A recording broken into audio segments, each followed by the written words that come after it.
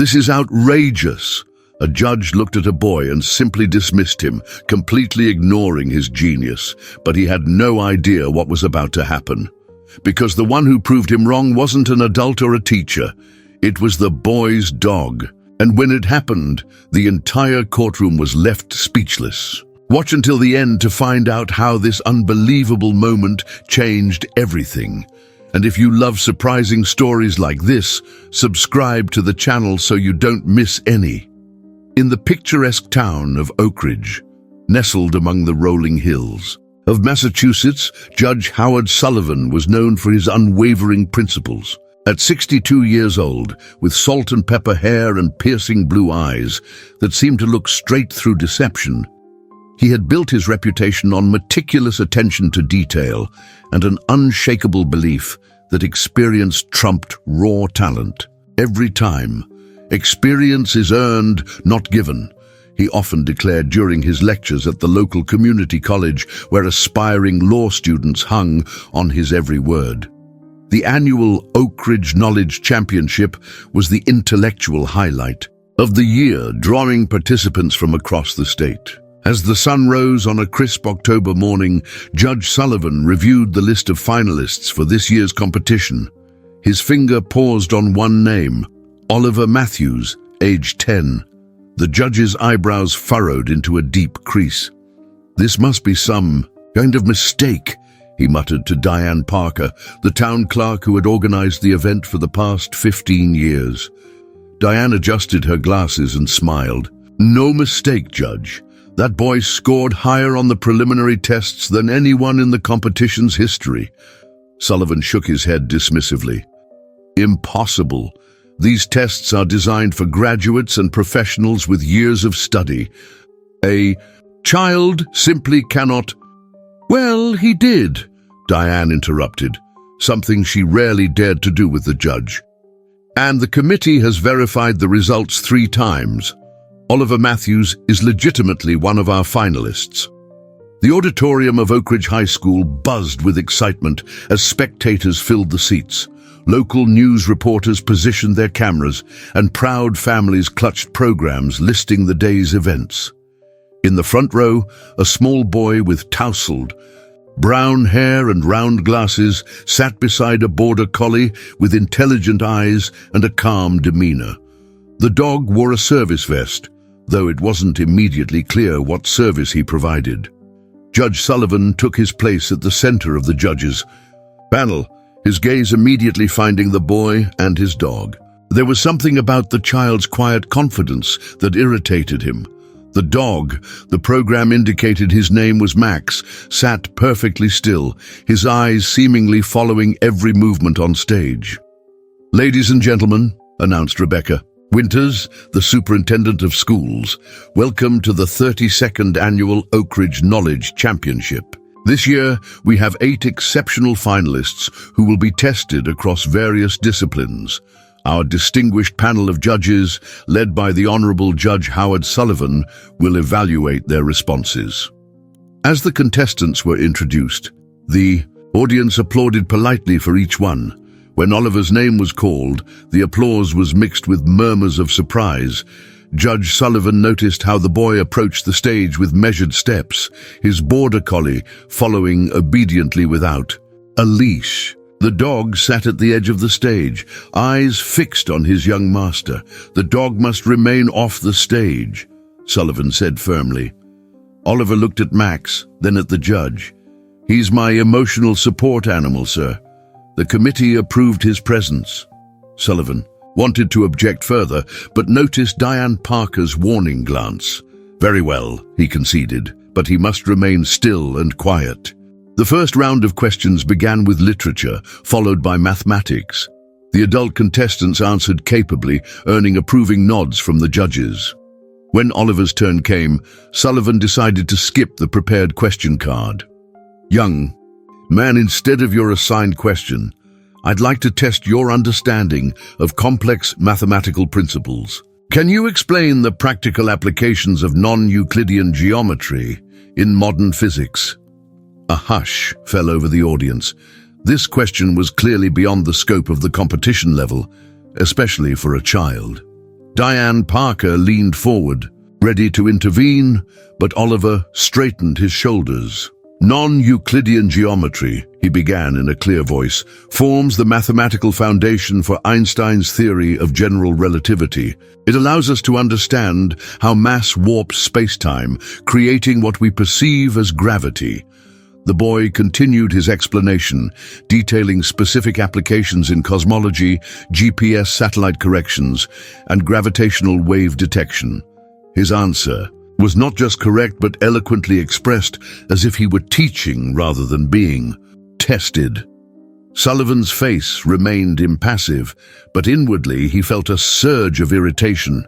He had expected, perhaps hoped, to expose the child as a fraud, but instead, Oliver had demonstrated knowledge that most university professors would envy. In the audience, a man in an expensive suit leaned forward with interest. Marcus Reynolds, CEO of Reynolds Education Technologies, had come to the competition looking for innovation. His company specialized in educational software, and he was always searching for fresh perspectives. This boy was exactly the kind of natural talent he had been hoping to discover. As the competition progressed, Sullivan's questions to Oliver grew increasingly difficult, spanning complex ethical dilemmas, obscure historical events, and advanced scientific theories. Each time, the boy responded with thoughtful, nuanced answers that left the audience in awe. Max, the border collie, remained attentive, his ears perking up whenever his young master spoke. During the break before the final round, Diane confronted the judge in the hallway behind the stage. "Howard, what are you doing? You're treating that child differently from all the other contestants." Sullivan straightened his tie. "I'm ensuring the integrity of this competition, Diane. If this boy is truly as brilliant as everyone claims, he should be able to handle challenging questions." "But you're not just challenging him. You're trying to humiliate him," she replied, her voice tinged with disappointment. "I've known you for 20 years, and I've never seen you behave this way." The judge's expression hardened. "Experience matters, Diane. Real knowledge comes from years of study and practical application, not from memorizing facts from books. If this child is being celebrated as some kind of prodigy, he should be able to demonstrate genuine understanding." Meanwhile, in the auditorium, Marcus Reynolds approached Oliver, who was quietly feeding Max a treat from his pocket. "That's quite a dog you've got there," Reynolds said, smiling warmly. Oliver looked up. "Thank you, sir. Max is very smart. Sometimes I think he understands everything I say. And you're quite remarkable yourself. I've never seen anyone answer questions like that, especially someone your age." Before Oliver could respond, his parents joined them. John and Sarah Matthews introduced themselves to Reynolds, their protective instincts clearly activated by the stranger's interest in their son. "Your son has an extraordinary mind," Reynolds said, handing John his business card. "I'd love to speak with you about educational opportunities that might benefit him." As the final round began, tension filled the auditorium. Judge Sullivan, determined to prove his point, announced a special challenge. "For the final round, I will present a complex legal scenario that requires not just knowledge, but wisdom gained through experience. The kind of wisdom that comes only with time." The audience shifted uncomfortably, sensing the judge's barely concealed agenda. Oliver's parents exchanged worried glances, but Oliver himself remained composed, though his hands trembled slightly. Max, sensing his master's anxiety, pressed closer to the edge of the stage. "The scenario is this," Sullivan began, describing an intricate legal case involving conflicting rights, ethical considerations, and constitutional interpretations. The question was clearly designed for a seasoned legal scholar, not a competitor in a general knowledge competition, much less a 10-year-old boy. As Oliver listened, his confidence began to waver for the first time. The other contestants looked relieved that they weren't being subjected to this impossible challenge. Oliver's parents tensed in their seats. When the judge finished presenting the scenario, Oliver hesitated, his mind racing to organize his thoughts. Max suddenly stood up, his tail wagging slowly as he looked from his young master to the judge.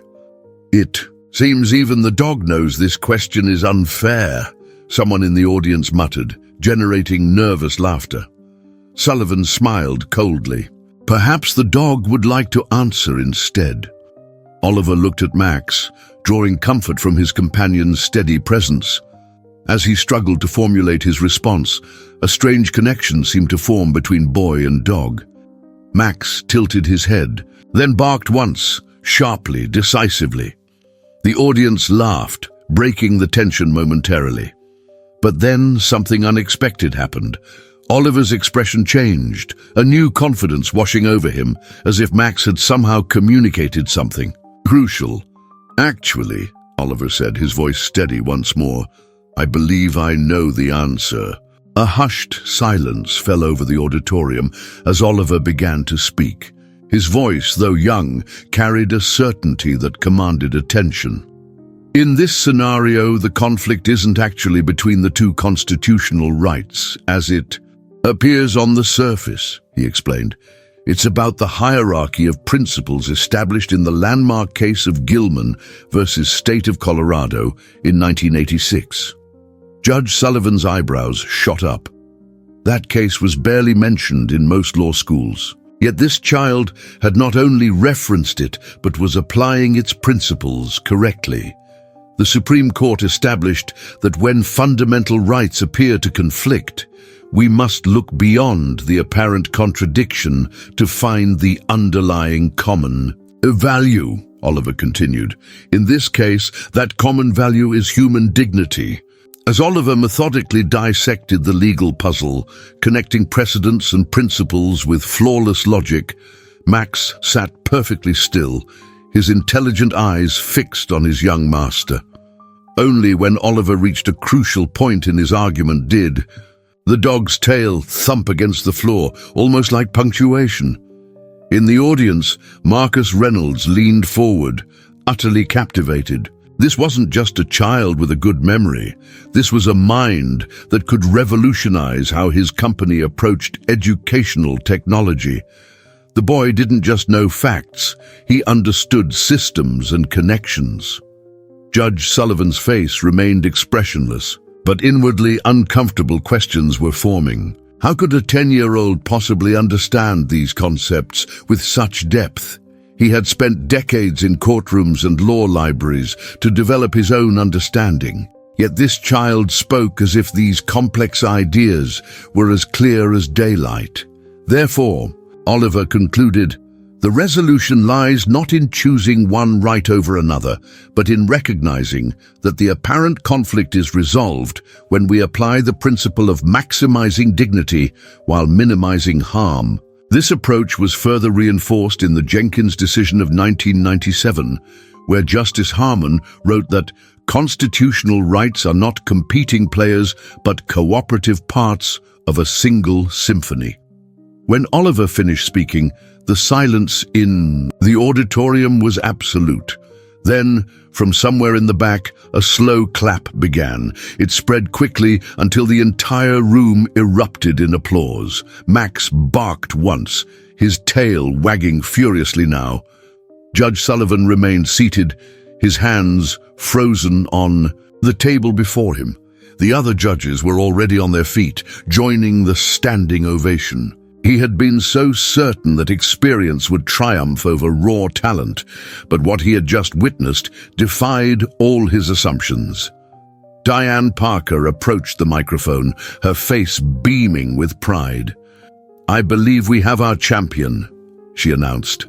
"Oliver Matthews." As Oliver was presented with the championship trophy, a commotion arose near the stage. Max had somehow slipped away from his position and was now circling excitedly around his young master's feet. The audience laughed warmly at the dog's obvious pride. "It seems Max is celebrating too," Diane remarked, earning more laughter. Oliver knelt to embrace his dog. "He always knows," the boy said into the microphone. Sometimes even before I do. After the ceremony, as the audience dispersed and reporters gathered to interview the young champion, Judge Sullivan remained in his seat, lost in thought. He barely noticed when Marcus Reynolds approached him. Quite an extraordinary competition, Reynolds said, extending his hand. I don't believe we've met. Marcus Reynolds, Reynolds Education Technologies. Sullivan shook the man's hand automatically. Howard Sullivan. That boy's performance was remarkable, wouldn't you agree? The judge's jaw tightened. He's certainly well prepared. Reynolds studied the older man with interest. You seem troubled by his success. I'm troubled by what it represents, Sullivan admitted after a moment. I've spent my life believing that true wisdom comes only through years of experience. That boy challenges everything I thought I knew about how knowledge is acquired. Perhaps that's what true prodigies do.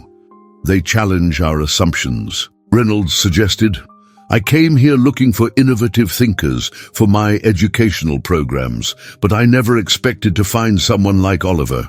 Across the room, Oliver was patiently answering reporters' questions, with Max sitting attentively by his side.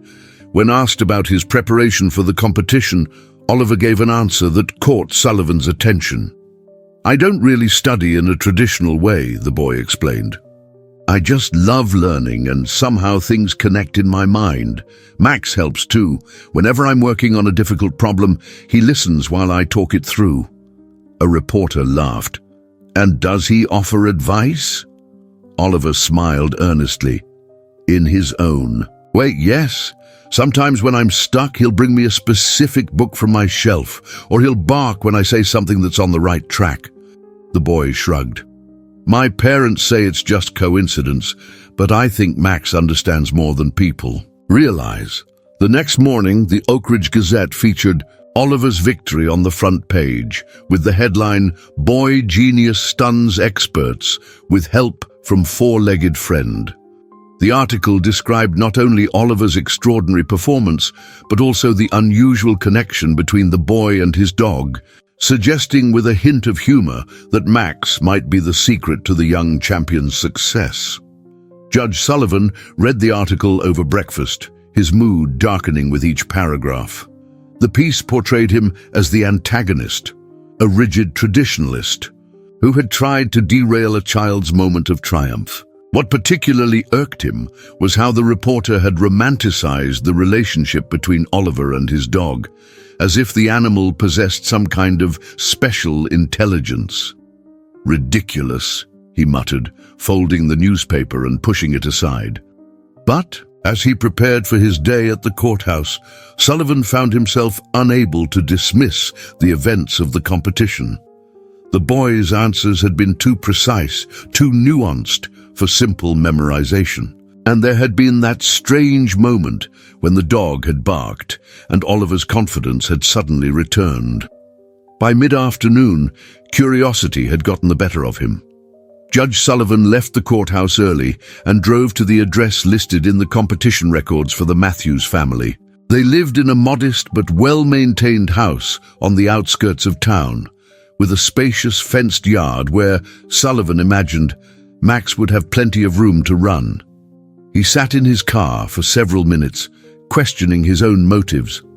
What exactly did he hope to accomplish by coming here? To catch the boy in some kind of fraud, to prove that his knowledge was somehow illegitimate. Even in his own mind, these justifications seemed petty and unworthy. Just as he was about to start his car and leave, Sullivan noticed Oliver in the front yard, throwing a frisbee for Max. The border collie leaped gracefully to catch it, his movements precise and athletic. There was nothing unusual about the scene, just a boy playing with his dog on a pleasant autumn afternoon. Then Sullivan noticed something curious. After catching the frisbee, Max didn't immediately return it to Oliver. Instead, the dog trotted to a small table where several objects were arranged. He nudged one of the objects. It appeared to be a small wooden block, then looked back at Oliver expectantly. The boy nodded and made a note in a notebook. He called out something to Max, who then selected a different object from the table. This sequence repeated several times, with the dog making different selections after each frisbee catch. Sullivan's skepticism warred with his growing fascination. What exactly was he witnessing? It looked almost like some kind of experiment or training exercise, but he couldn't determine who was training whom. Before he could ponder further, a knock on his car window startled him. Sarah Matthews, Oliver's mother, stood outside his car, her expression a mixture of concern and curiosity.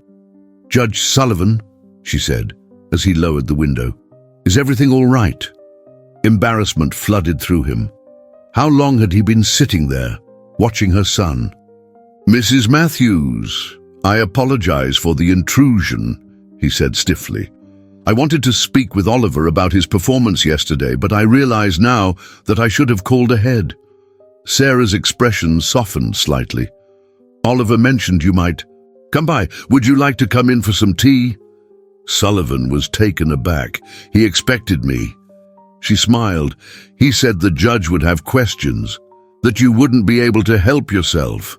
Somewhat discomforted by the child's apparent ability to predict his actions, Sullivan accepted the invitation. As he followed Sarah inside, he noticed Oliver and Max had already abandoned their game and were heading toward the house, as if they too had been expecting this moment. The Matthews home was warm and inviting, with bookshelves lining almost every wall. Sullivan noted that the titles ranged from children's classics to advanced texts on physics, philosophy, and law. In one corner of the living room, a large dog bed was positioned next to a child-sized desk covered with papers and open books. "Oliver has been looking forward to meeting you properly," Sarah said as she prepared tea in the kitchen. "He admires your work on the Westfield case." Sullivan was surprised again. That case, involving complex water rights, had been resolved nearly 5 years ago and had received little public attention. How would he know about that? "My son has unusual interests for his age," she replied simply, handing him a cup of tea. Oliver entered the living room with Max at his heels. Up close, without the pressure of the competition, Sullivan was struck by how ordinary the boy appeared. Just a small, somewhat serious child with curious eyes behind his glasses. "Hello, Judge Sullivan," Oliver said politely. "Would you like to meet Max?" "Properly?" Before Sullivan could respond, the border collie approached and sat directly in front of him, extending a paw in greeting. Despite himself, Sullivan shook the offered paw. "Your dog is well trained," he acknowledged. Oliver smiled. "He's more than that. Max is my partner." "Partner?" Sullivan repeated. "In thinking," the boy clarified. "Some people think better when they talk out loud or write things down. I think better when I talk to Max." He paused, then added with childlike directness, "You came because you think there's something wrong with how I won yesterday." Sullivan felt a flush of shame at having his motives so plainly stated. "Not wrong, exactly," he hedged. "Unusual. Your knowledge of legal precedent is extraordinary for someone your age." Oliver nodded seriously. "That's what my parents say too. They took me to specialists last year to find out why I remember everything I read and why patterns make so much sense to me." He spoke matter-of-factly, without pride or self-consciousness. "They said I have something called hyperthymesia, combined with a pattern recognition ability that's off the charts." Judge Sullivan leaned forward, his skepticism momentarily overshadowed by genuine curiosity. "Hyperthymesia? That's perfect autobiographical memory, isn't it?" "Yes, sir," Oliver confirmed. "I remember nearly everything I experience or read. The doctors said it's extremely rare." Sarah Matthews joined them, sitting beside her son protectively. "We discovered Oliver's abilities when he was just 3. He could recite entire books after a single reading and recall conversations word for word from months earlier." Sullivan's gaze drifted to Max, who had settled at Oliver's feet but remained alert, his intelligent eyes moving between the humans as if following the conversation. "And the dog, What role does he play in all this? Oliver brightened. Max helps me focus. When there's too much information in my head, it gets overwhelming, like too many radio stations playing at once. He reached down to stroke the border. Collie's fur. When I talk to Max, it's like tuning the dial to just one station. Everything becomes clearer. Donnie. But yesterday, during the competition, Sullivan pressed, it seemed like more than that. After your dog barked, your entire demeanor changed. A knowing glance passed between Oliver and his mother. That's harder to explain, Sarah said carefully. Oliver and Max have a connection that's unusual. He reminded me of something I knew but had forgotten in the moment, Oliver explained. Sometimes when I'm nervous, my thoughts get tangled and I can't access them properly. Max can tell when that happens. Sullivan wasn't satisfied with this explanation. It's more than that, isn't it? The way you interacted.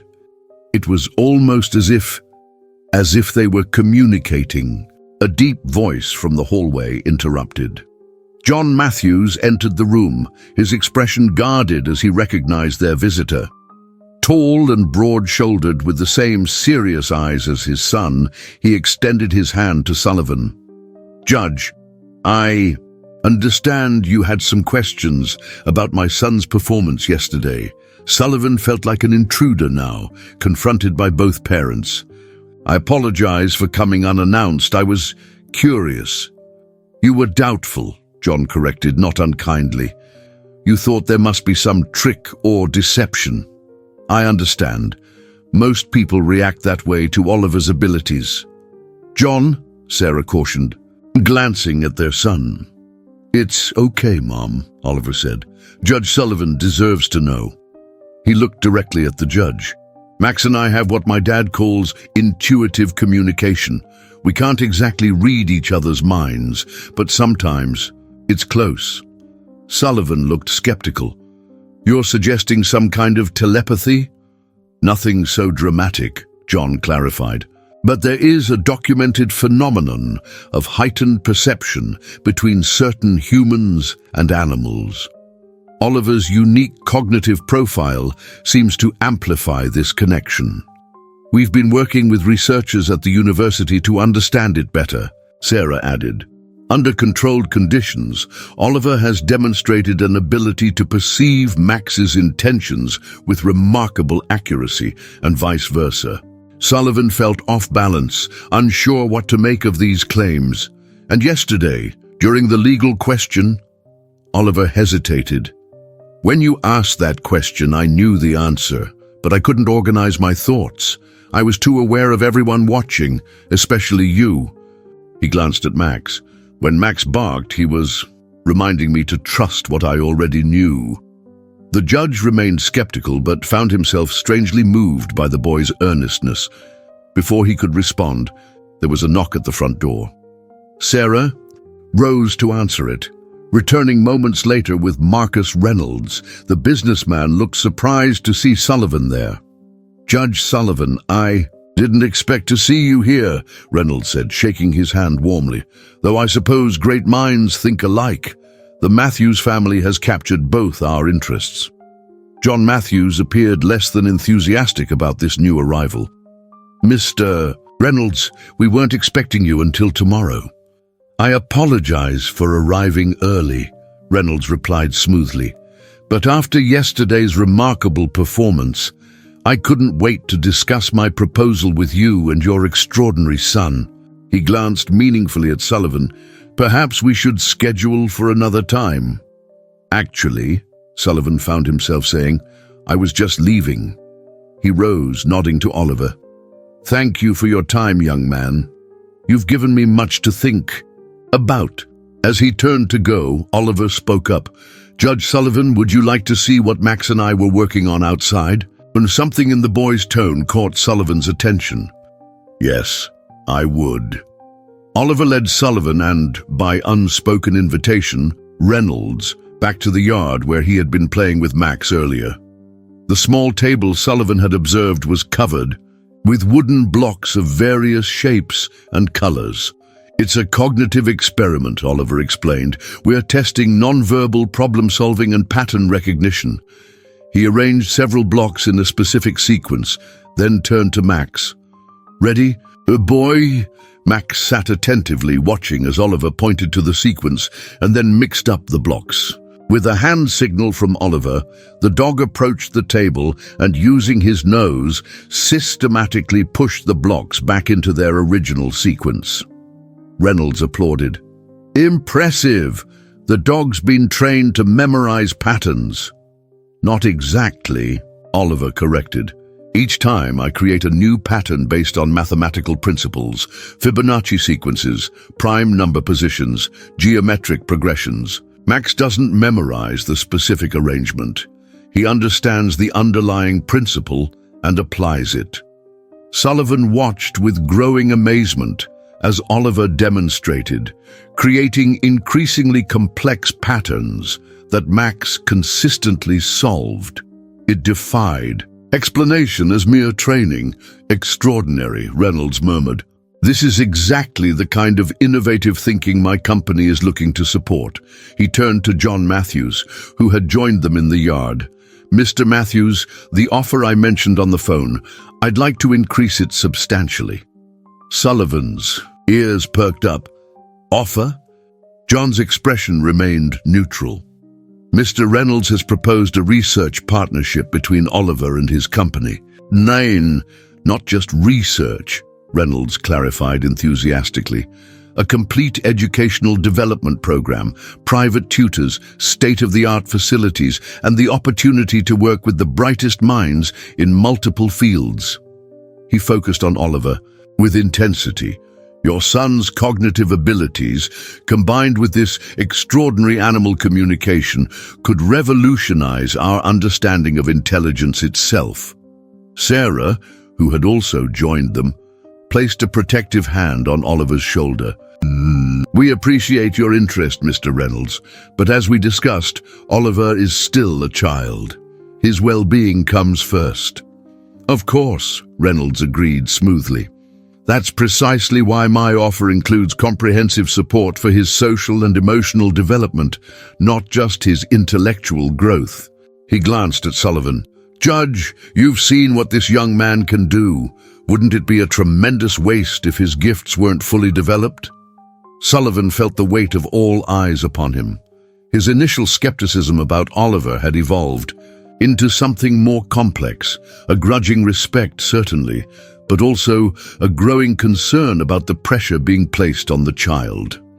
Mr. Reynolds, he said carefully, while Oliver's abilities are indeed remarkable, I've learned in my years on the bench that rushing to judgment rarely serves justice.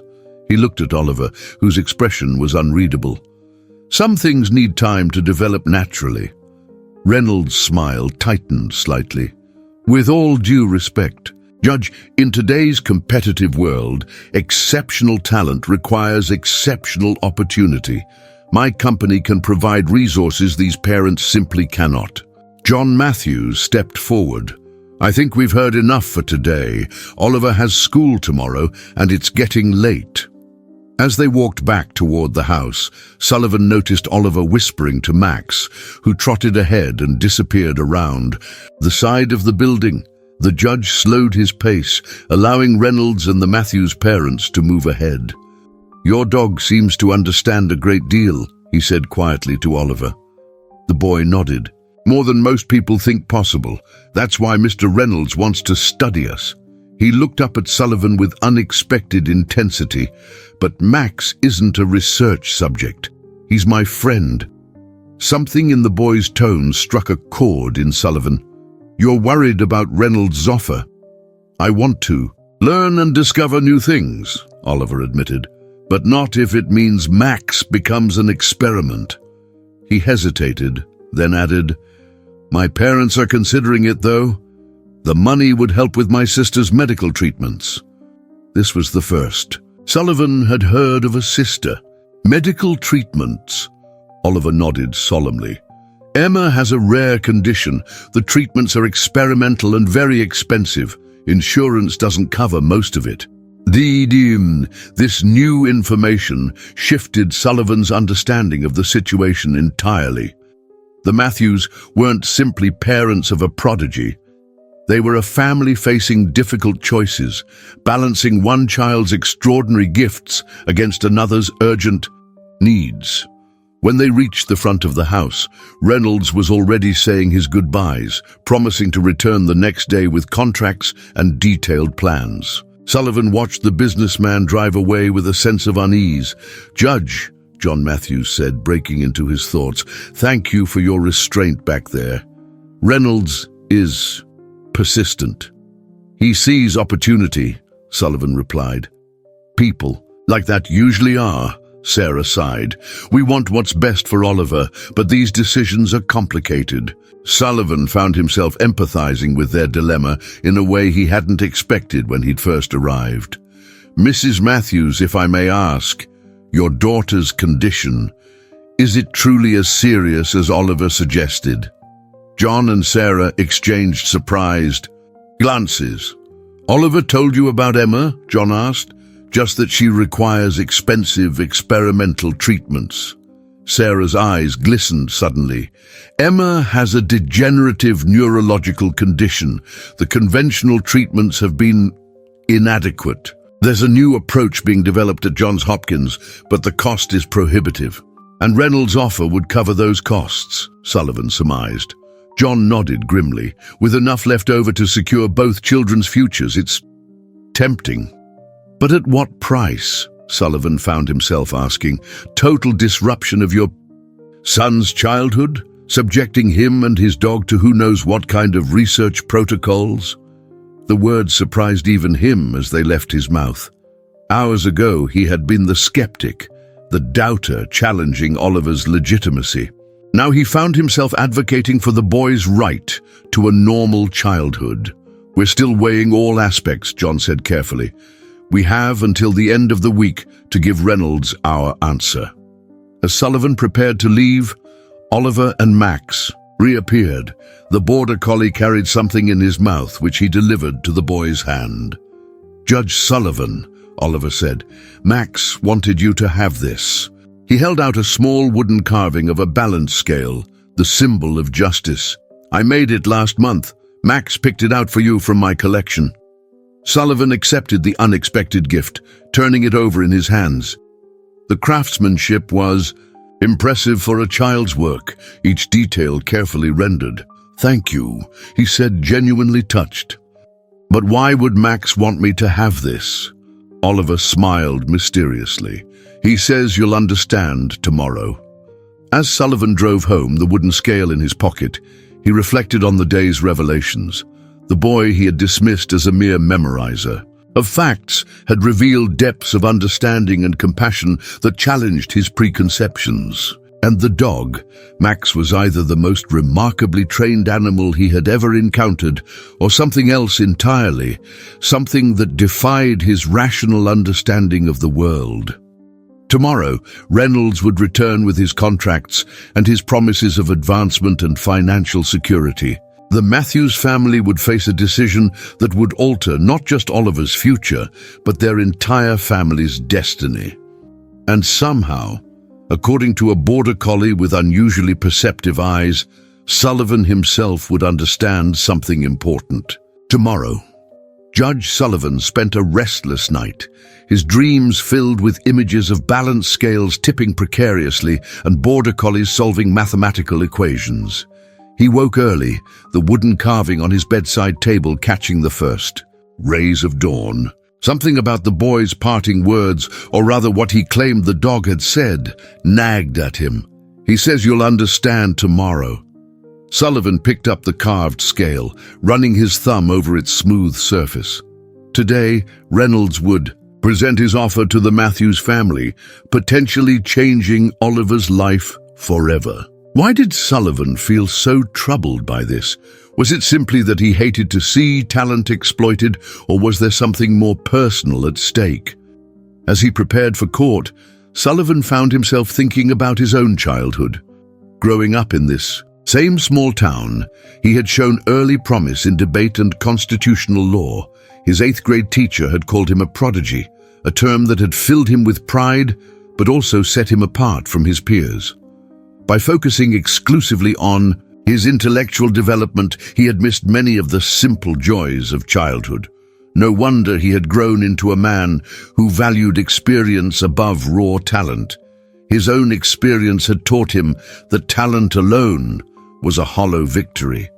The morning's cases required his full attention, but during the lunch recess, Sullivan found himself driving back to the Matthews home. He told himself he was merely curious about Reynolds' proposal, but in truth, he felt a strange responsibility toward Oliver, a desire to ensure the boy didn't sacrifice his childhood on the altar of his exceptional abilities.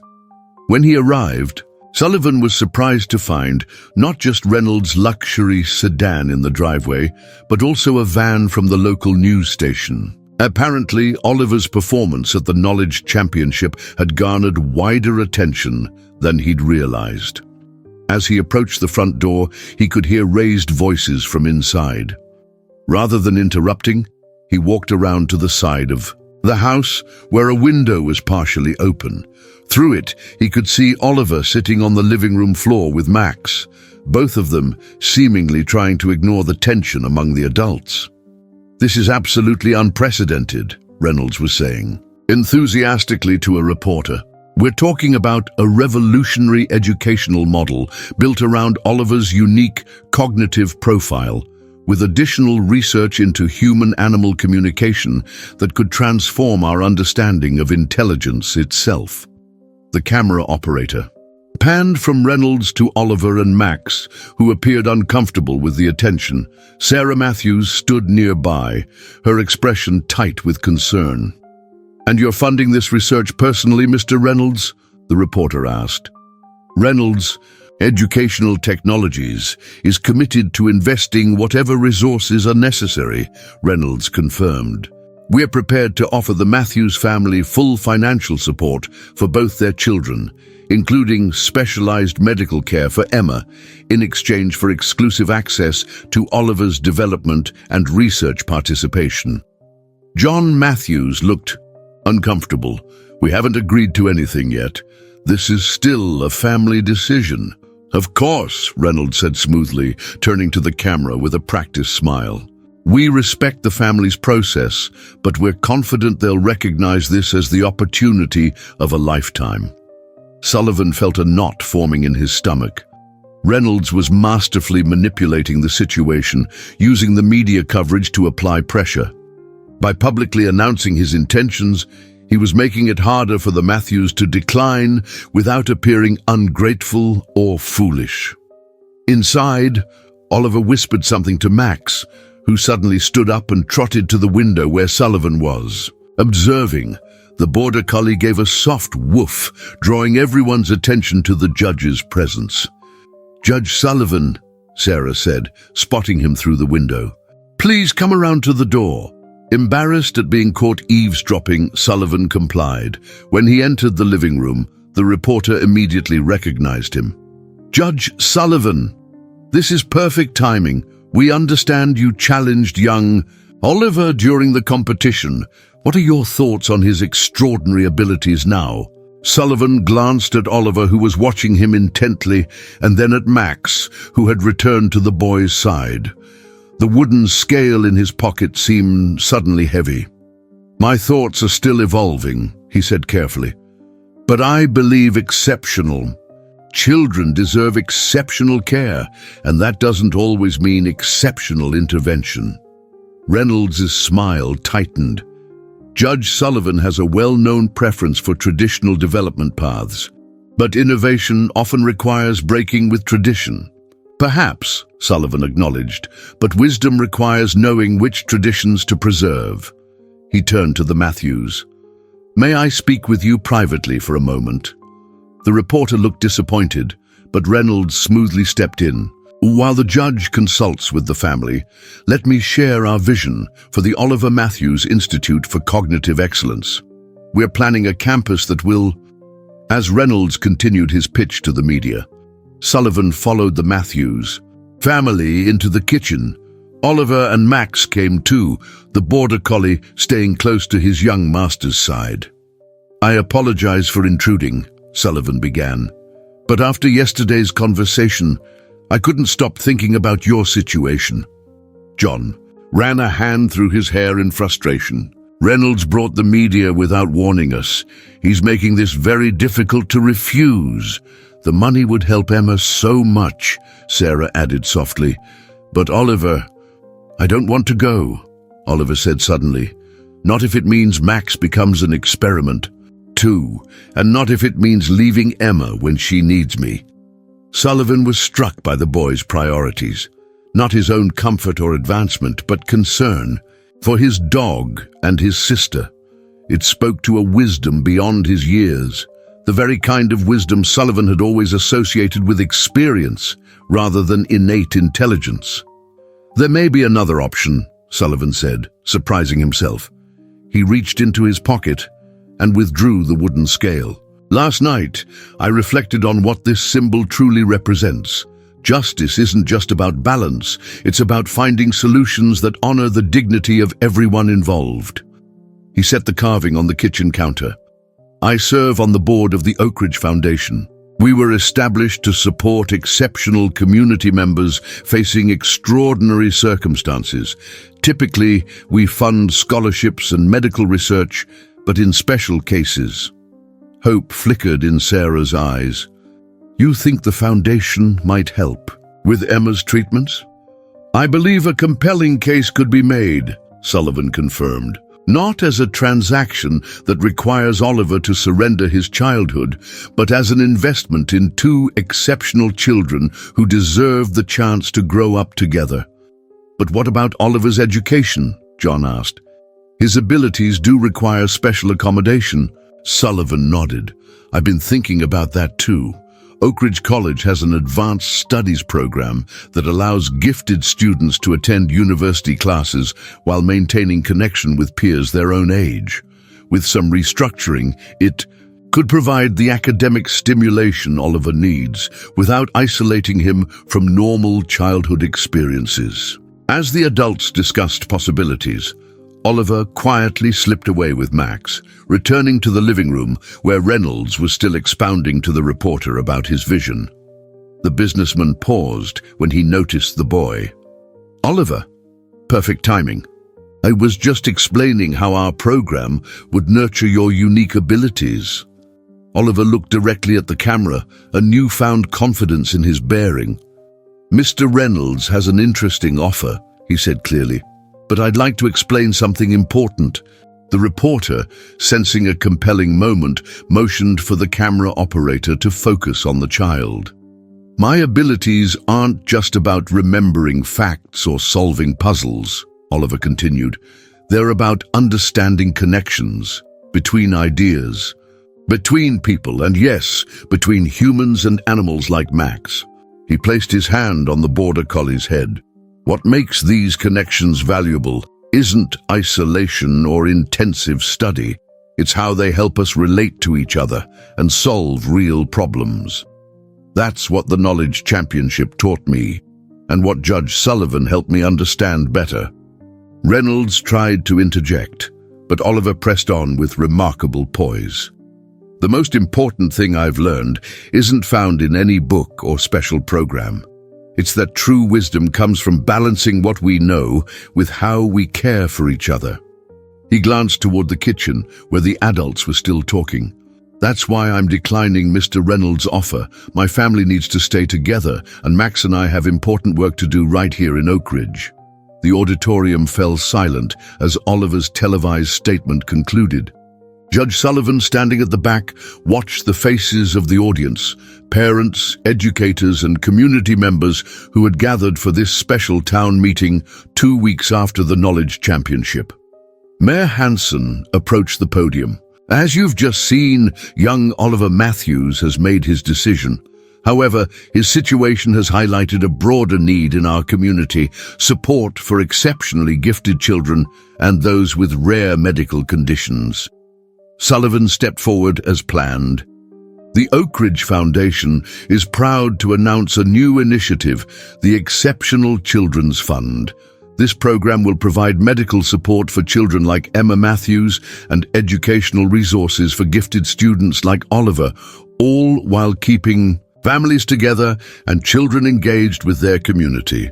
Reynolds, seated in the front row, had initially been furious when Oliver publicly declined his offer, but seeing an opportunity to salvage his reputation, he had pivoted quickly, announcing a substantial donation to the new fund.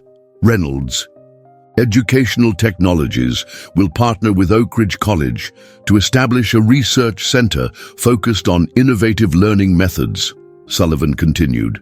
But unlike the original proposal, this center will serve all gifted children in the region, not just a select few, and participation will be voluntary, not contractual. As applause filled the auditorium, Sullivan caught sight of Oliver and Max in the front row. The border collie's ears perked up, and for just a moment, Sullivan could have sworn the dog winked at him. After the meeting, as people mingled and discussed the new initiative, Sullivan approached Oliver and his family. "That was quite a speech you gave on camera," he said to the boy. "For someone your age, you showed remarkable wisdom." Oliver smiled. "Max helped me practice. He's a good listener." Sullivan chuckled. "I believe he is." He hesitated, then added, "I owe you an apology, Oliver. I was so convinced that wisdom could only come through years of experience that I failed to recognize it could also arrive through other paths." Different paths, same destination," Oliver replied thoughtfully, patting Max's head. "That's what Max always tells me." Sullivan raised an eyebrow. "Does he now?" "In his own way," the boy clarified with a mischievous smile. Reynolds approached them, his handsome features composed in a gracious expression of defeat. "You outmaneuvered me, Judge. I didn't expect such creativity from a traditionalist like yourself." "Perhaps I've learned something about the value of fresh perspectives," Sullivan replied, glancing at Oliver. "Sometimes the wisest course isn't the most obvious one."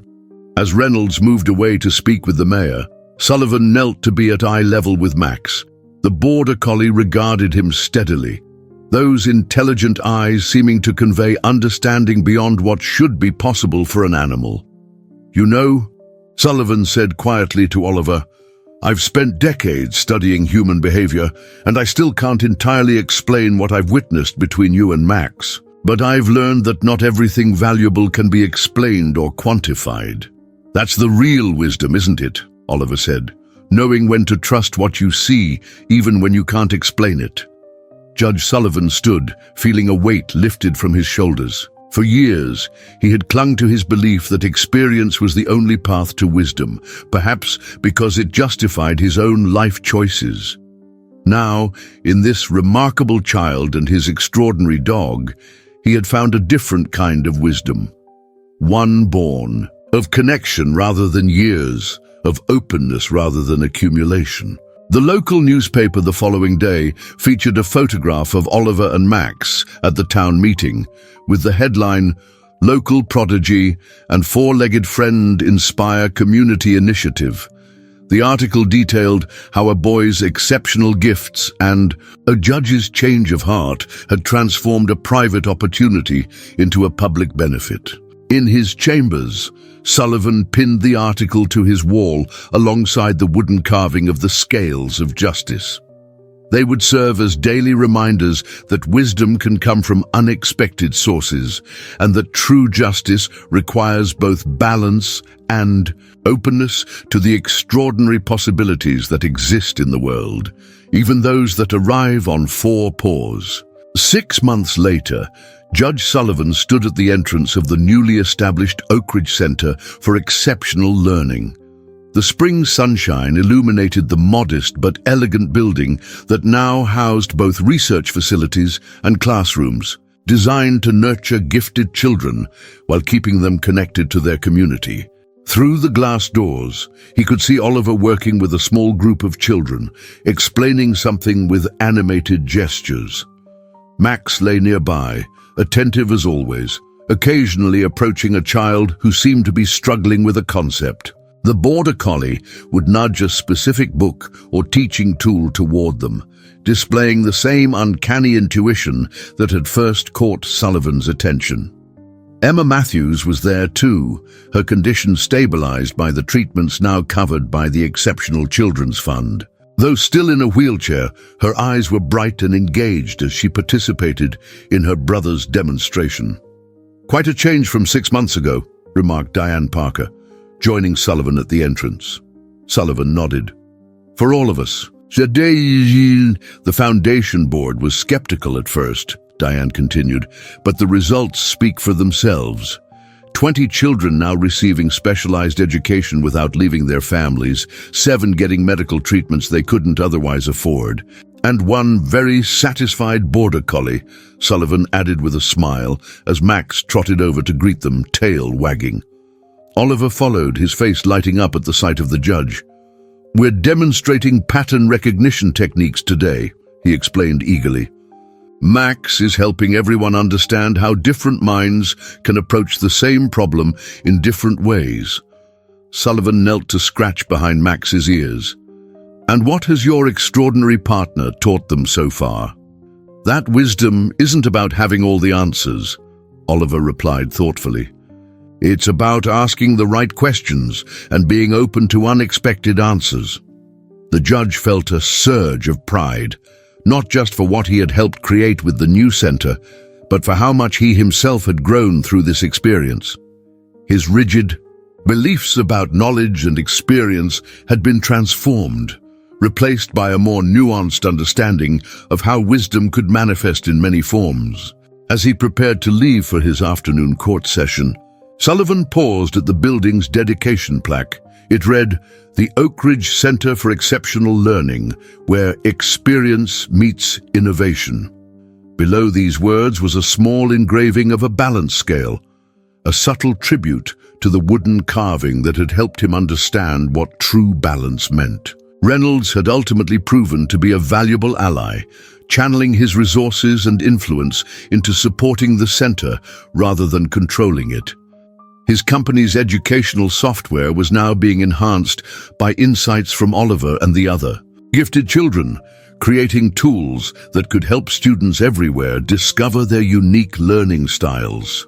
The local media continued to follow Oliver's story, but with a different focus now. Rather than sensationalizing his extraordinary abilities, they highlighted how the community had come together to nurture talent while preserving childhood. The Oak Ridge model was beginning to attract attention from educators nationwide, proving that even small towns could lead the way in educational innovation.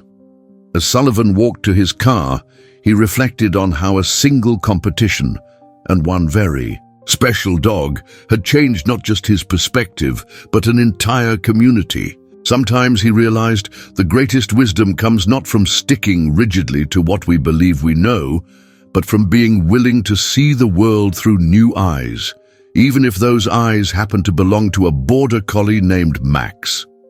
Dear viewers, we hope that Judge Sullivan and Oliver's journey has touched your hearts as deeply as it has ours. This story of extraordinary connection between humans and animals, and the wisdom that comes from unexpected sources, reminds us all to keep our minds and hearts open to the remarkable possibilities that surround us every day.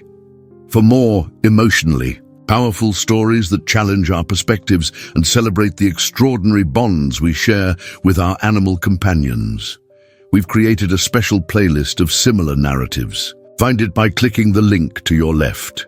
If this tale of a skeptical judge and a brilliant boy with his remarkable dog moved you, please subscribe to our channel and give this video a thumbs up. Every day, we bring you unique stories that explore the complexity and beauty of life's unexpected connections. What unexpected wisdom have you discovered in your own life? What extraordinary bonds have shaped your perspective? We invite you to share your experiences in the comments below. Your story might be exactly what another viewer needs to hear today.